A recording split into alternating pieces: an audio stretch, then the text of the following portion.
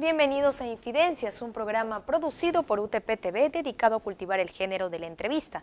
Nicolás Lúcar, periodista de larga trayectoria en la televisión peruana, ha disfrutado el éxito de su trabajo y ha sufrido por los errores del mismo. Pese a todo, Nicolás Lúcar se ha reinventado para ofrecer al público una nueva forma de realizar reportajes. Hoy en día conduce el programa periodístico Punto Final, que se emite por Frecuencia Latina.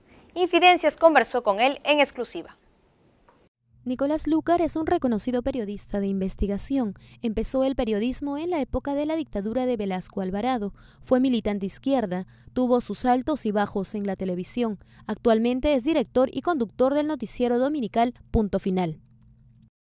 Yo no estudié para periodista como mucha gente de mi generación, ¿no? Porque no había dónde, más que por cualquier otra razón, ¿no? O sea, yo entré a trabajar como periodista en realidad cuando la prensa estaba controlada por el gobierno militar del general Velasco, que fue hace muchos años. Entonces, la mayor parte de espacios periodísticos independientes eran clandestinos, ilegales, irregulares. Yo era en esa época militante de izquierda y ahí empecé a trabajar como periodista. El tiempo de la dictadura velasquista fue una etapa de crisis total. Los periodistas no tenían voz ni voto, la prensa estaba siendo censurada, pero la información tenía que seguir en pie. Es por ello que surgió la prensa clandestina. Fue en ese tiempo donde Lúcar empezaría a interesarse por la investigación. Digamos, como les digo, un periodismo más militante, ¿no? Más de pelear en ese momento por las libertades, de denunciar las cosas que estaban pasando, las injusticias.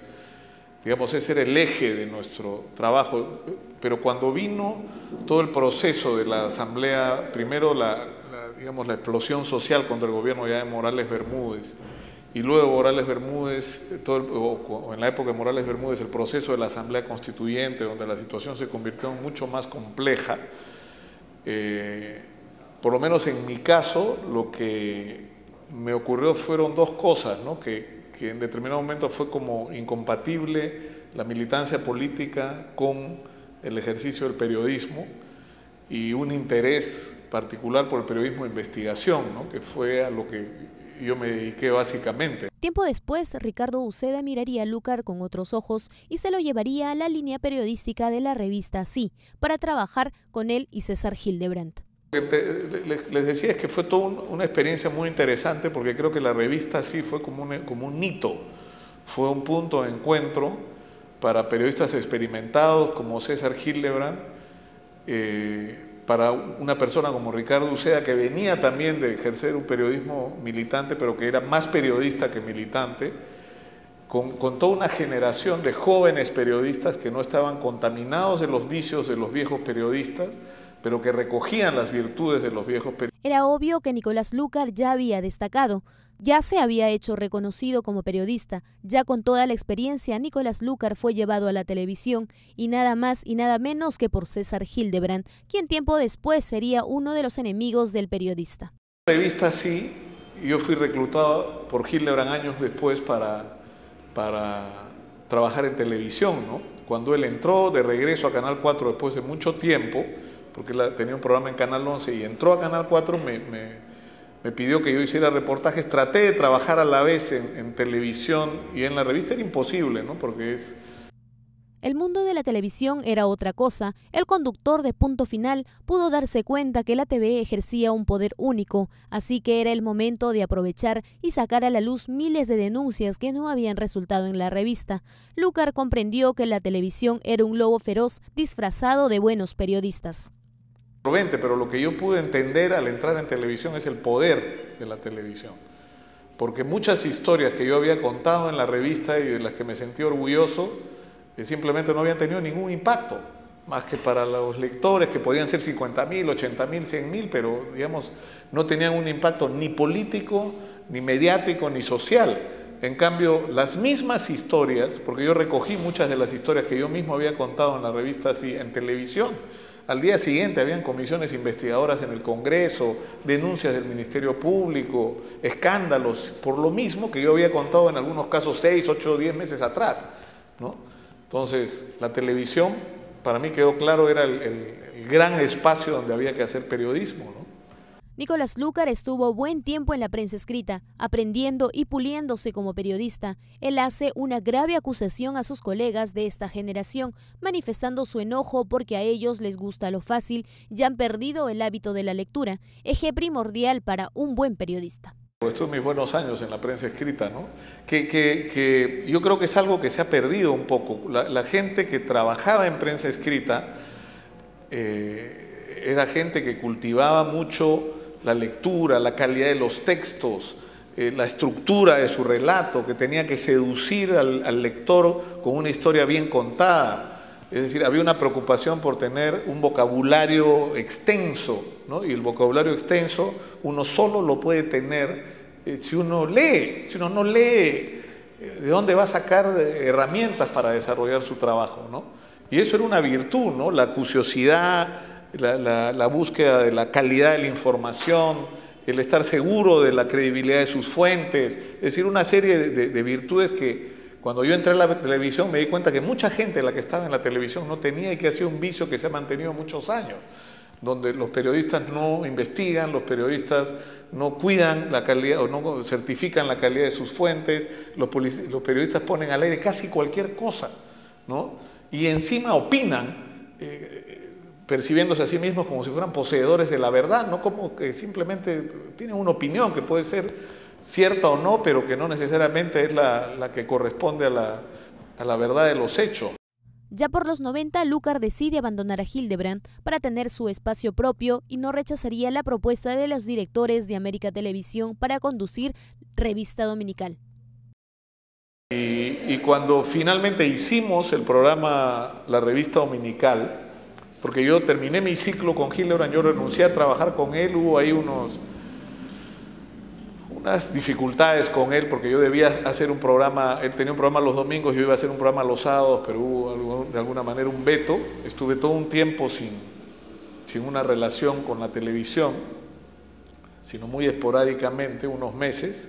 Él tuvo una crisis en Canal 4, Hildebrand, y luego de esa crisis, que fue una crisis, yo creo en el fondo, él dijo que era una crisis porque él había puesto denuncias de derechos humanos cuando se encontró un documento militar que decía que el mejor terrorista es el terrorista muerto, como que se justificaba la guerra sucia y que por eso lo habían sacado. Pero yo entiendo que, porque nosotros hicimos luego muchas denuncias sobre derechos humanos en el mismo canal, es decir, no era un canal que además manejaba en esa época la familia Miró Quesada, el Canal 4.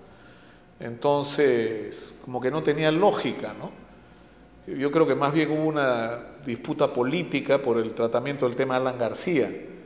César Hildebrand le daba mucho espacio en esa época a Jorge del Castillo, desacreditó a Olivera, que era como el principal oponente y atacante de Alan García, y eso no fue visto con buenos ojos por los directivos de Canal 4. Hubo un conflicto político.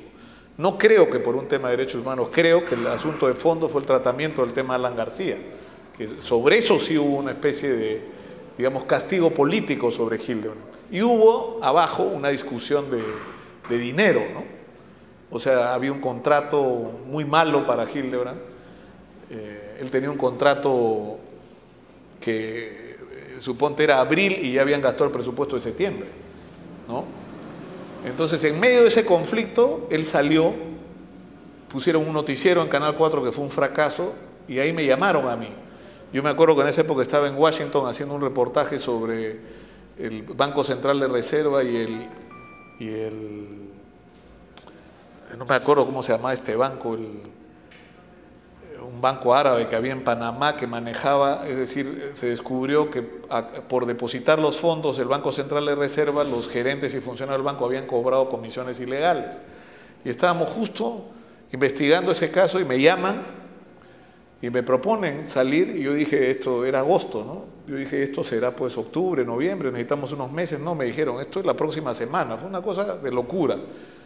Y yo estaba con Laura Puertas, me acuerdo, y yo le digo, Laura, ¿qué hago? ¿No? Me están proponiendo una cosa para que yo no me siento preparado. Y ella me decía, mira, lo peor que te puede pasar es que te salga mal, y de ahí regresarás a ser reportero, pero asume el riesgo. Y lo asumí, llegué a Lima, me compré un saco porque no tenía una corbata y ese domingo salí. Uno de los peores problemas de los medios de comunicación de esa época fue cuando el gobierno de Alberto Fujimori empezó a maniobrar a la prensa mediante la publicidad. Fue ahí donde la revista dominical decae. Empezaron los problemas, ¿no? Porque la crisis política que se empezó a generar junto con la crisis económica, porque hubo una recesión, llevó a que los canales fueran muy dependientes del gobierno y de la publicidad estatal por un lado, y eran además muy débiles políticamente, porque no, es decir, en vez de defender su independencia, terminaron sometiéndose a las presiones del gobierno, ¿no? Que era un gobierno que pretendía reelegirse indefinidamente. Entonces empezaron los conflictos con el equipo que hacía la revista dominical, porque en realidad, pese a que nosotros no éramos un programa político, nosotros tocábamos temas como el narcotráfico, como los derechos humanos, como la corrupción, etcétera, que inevitablemente tenían un efecto político porque afectaban los intereses y la imagen que el gobierno quería proyectar. Entonces hubo todo un periodo que duró 1 año y medio aproximadamente de mucho conflicto, y que terminó con nuestra salida, con la clausura del proyecto de la revista dominical. Eso fue en abril del año 99. Fíjate, coincidentemente, toda esta historia del contrato que José Francisco Crucillat firma con Montesinos se hace después de nuestra salida. Esto ocurre en mayo o junio del 99, no sé, porque nosotros ya no estábamos ahí.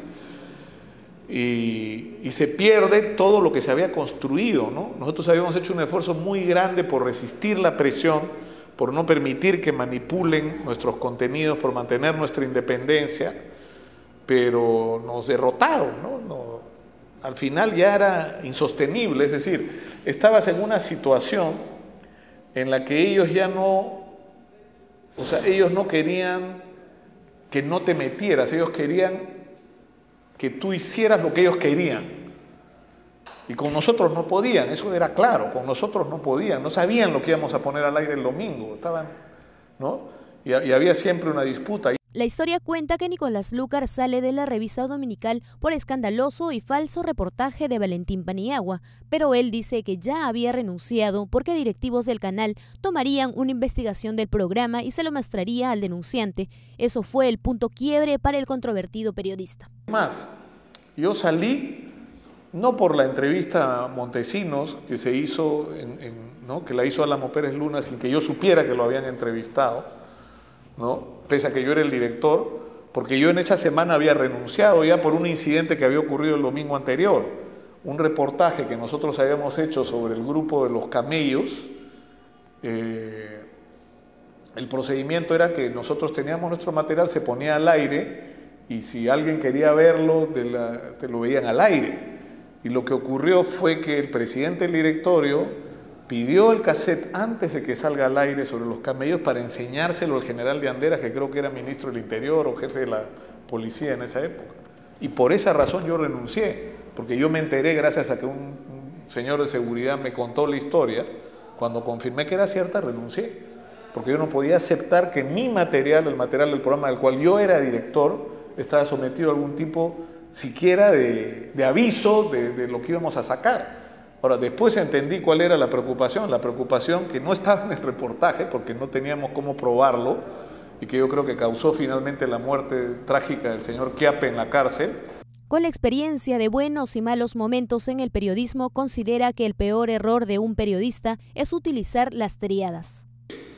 ¿No? Creo que no hay una investigación independiente, creo que hay muchos grupos lobistas que manejan intereses y que llevan sobres con denuncias que ya están armadas, y los periodistas terminan siendo simplemente instrumentos en los conflictos de intereses entre grupos económicos, grupos de poder, ¿no? Y que se ha perdido mucho la calidad también de los contenidos, ¿no? Tú lo ves cuando escuchas al promediar las 9, ¿cómo se promedia a las 9 de la mañana? Explícame, al promediar el mediodía. O sea, el líquido elemento, nosotros tomamos agua, no tomamos líquido elemento. Primer mandatario, ¿quién le dice primer mandatario? Nosocomio. O sea, todos usan las mismas trilladas expresiones para definir las cosas que no usa nadie. y que lo único que reflejan es una pobreza de lenguaje. Yo me acuerdo cuando trabajaba en la revista, en el diario La Razón, el buen diario La Razón, no este acá horroroso que hay ahorita, sino uno que dirigía José María Salcedo y que el accionista principal era Alfonso Barrantes Lingán, hace muchos años. Tito Hurtado, que es un tremendo periodista que vive en Centroamérica, tenía una pizarra donde ponía expresiones que estaban prohibidas de ser usadas por un periodista. ¿Cuáles serían? Líquido elemento, primer mandatario, a ver, te digo más, deber cívico, a la hora que hablan de las votaciones, nosocomio. Pues te das cuenta que hay un montón de palabritas, promediar. Eso me vuelve loco a mí.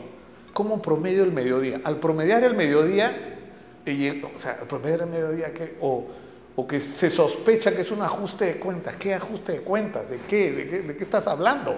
Todo es un ajuste de cuentas. Todos los muertos han sido víctimas de un ajuste de cuentas. O sea, no sé. Yo creo que lamentablemente lo que eso expresa es una tremenda pobreza en el lenguaje de los periodistas, que son periodistas que no son cultivados, que no leen. Muchos de ellos no leen ni el periódico. Lucar menciona que un buen periodista debe ser un devorador de libros, es decir, debe formarse con ellos. Bueno, yo creo que eso comienza desde donde están ustedes, desde la universidad. O sea, un buen periodista tiene que ser un lector compulsivo de novelas, no solo para enriquecer su vocabulario, sino para enriquecer sus metáforas, enriquecer su estilo. O sea, uno, finalmente lo que somos contadores de historias. Y para contar historias tienes que aprender de la gente que sabe contar historias, que son los novelistas, ¿no? O sea, es la gente que te usa metáforas, te construye así personajes, te describe. Y eso, de ahí tenemos que aprender, esa es nuestra fuente, ¿no? Ya en pleno siglo XXI, la buena investigación ya no existe en los medios televisivos. El buen periodismo ha fallecido por dos factores. Uno, por los mismos periodistas que no le dan esa prioridad, y porque los medios de comunicación apuestan por programas de espectáculo dejando de lado la investigación periodística. Sí, yo creo que sí. Yo creo que está fatal el periodismo de investigación. Yo creo que no hay. Que hay algunos esfuerzos en Infos, en La Mula, ¿no? Que son grupos, mira, paradójicamente marginales porque operan en Internet, ¿no?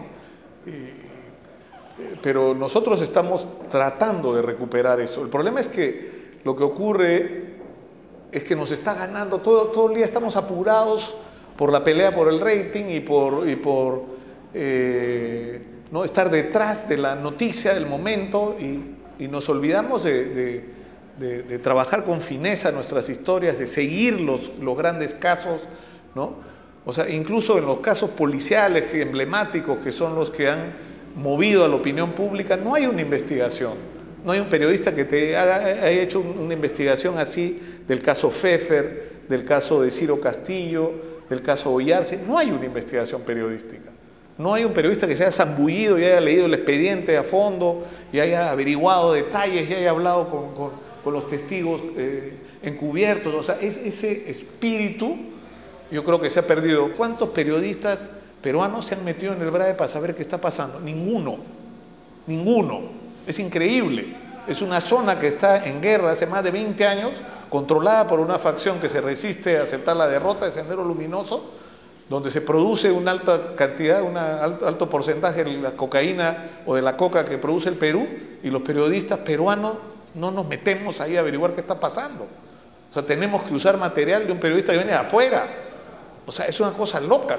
Hay tres casos más emblemáticos que han marcado a la sociedad peruana: caso Pfeffer, caso Ciro y caso Elita, en donde la prensa, más que informar, juzga.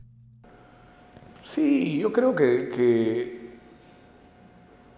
por eso, porque somos superficiales, pues, porque no hemos hecho una investigación, porque se ha creado una cadena además perversa, con un sistema judicial absolutamente corrupto, donde los jueces lo único que están haciendo es cuidarse las espaldas para que los periodistas no se metan con ellos. Entonces resuelven no en función de lo que está en el expediente y es verdad o es falso, sino en función de lo que la ola periodística, ¿no?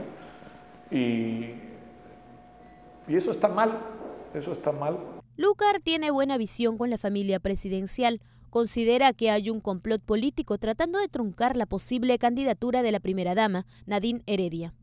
Yo pienso que como todas las familias tiene de todo, ¿no? Pero yo creo que para mí por lo menos está muy claro. El problema es que vivimos como en dos mundos, ¿ya? el mundo del gobierno de Ollanta y el gobierno de quién va a ser el mundo del quién va a ser el próximo presidente. Las encuestas que se han mandado a hacer privadas, que no han sido publicadas, dicen que si hay elecciones hoy, Nadine gana las elecciones. ¿Está bien? Y para mucha gente eso es un asunto de vida o muerte. Entonces, hay que destruir la campaña probable de Nadine. ¿Y qué está pasando? Todas las semanas hay una noticia negativa, ¿me entiendes? Sobre Ollanta, es una cosa de locos.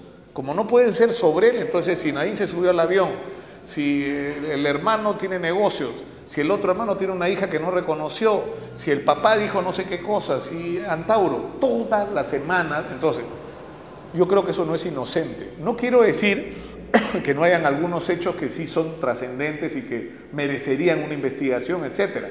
Pero yo creo que detrás de todo esto hay una operación política. Y la operación política está dirigida a impedir que Nadine Heredia pueda ser candidata a la presidencia. O sea, hay una batalla política ahí atrás. No es santo esto. No hay buenos en esta película. La finalización de este reportaje queda claro que de los viejos y de la experiencia se aprende. Soy Nicolás Lucar. Acá me han sometido a un interrogatorio. En realidad yo me lo he hablado todo, creo. Pero un saludo a los muchachos de la UTP y sobre todo a la gente del canal web de la UTP. Yo creo que están haciendo algo que vale la pena, ¿no? Yo creo que hay que hablar con los viejos, como yo, para aprender de lo que hicimos bien y de lo que hicimos mal también, ¿eh? Yo creo que de eso se trata, de aprender de las lecciones de lo que hemos vivido, hemos tenido el privilegio de vivir estos años intensos, ¿no? Para el periodismo y para la vida del país. Gracias. Esto ha sido todo por hoy. Nos vemos en una próxima edición de Infidencias.